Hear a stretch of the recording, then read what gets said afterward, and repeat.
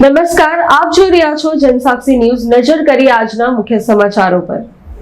બારડોલી ખાતે Rajput premium league season 1નું સફળતાપૂર્વક સમાપન થયું। ફાઇનલ મેચ ગોહિલ વોરિયર્સ વિજેતા બની હતી। દક્ષિણ ગુજરાતમાં રાજપૂત સમાજમાં યુવા ધનમાં સંગઠન મજબૂત બને અને રમતગમતમાં પ્રતિભાઓ આગળ આવે એ હેતુ સાથે બારડોલી ખાતે રાજપૂત પ્રીમિયમ લીગનું આયોજન કરાયું હતું। બારડોલી તાલુકાના બમરોલી ગામે નીરુબા ફાર્મ ખાતે પ્રથમવાર રાજપૂત પ્રીમિયમ લીગ દક્ષિણ ઝોન ટુર્નામેન્ટનું આયોજન કરાયું હતું, જેમાં IPLની જેમ જ ઓક્શન પદ્ધતિથી ટીમોના ખેલાડી પસંદ કરવામાં આવ્યા હતા। કુલ 8 જેટલી ટીમો માટે 170થી વધુ ખેલાડીઓની હરાજી કરાઈ હતી, જેનું ફાઇનલ સમાપન કરાયું હતું। ફાઇનલ મેચ ગોહિલ વોરિયર્સ અને ટિયાના ઇન્ડિયન્સ વચ્ચે રમાઈ હતી।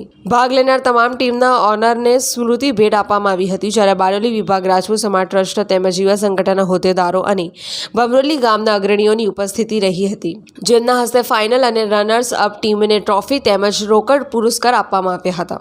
બારડોલી રાજપૂત યુવા સંગઠનના ચિંતનસિંહ ચાવડા તેમજ નીરુબા ફાર્મના સંદીપસિંહ સોલંકી દ્વારા રાજપૂત પ્રીમિયમ લીગનું સફળતાપૂર્વક આયોજન કરાયું હતું। Bureau report, Jansakshi news, Bardoli.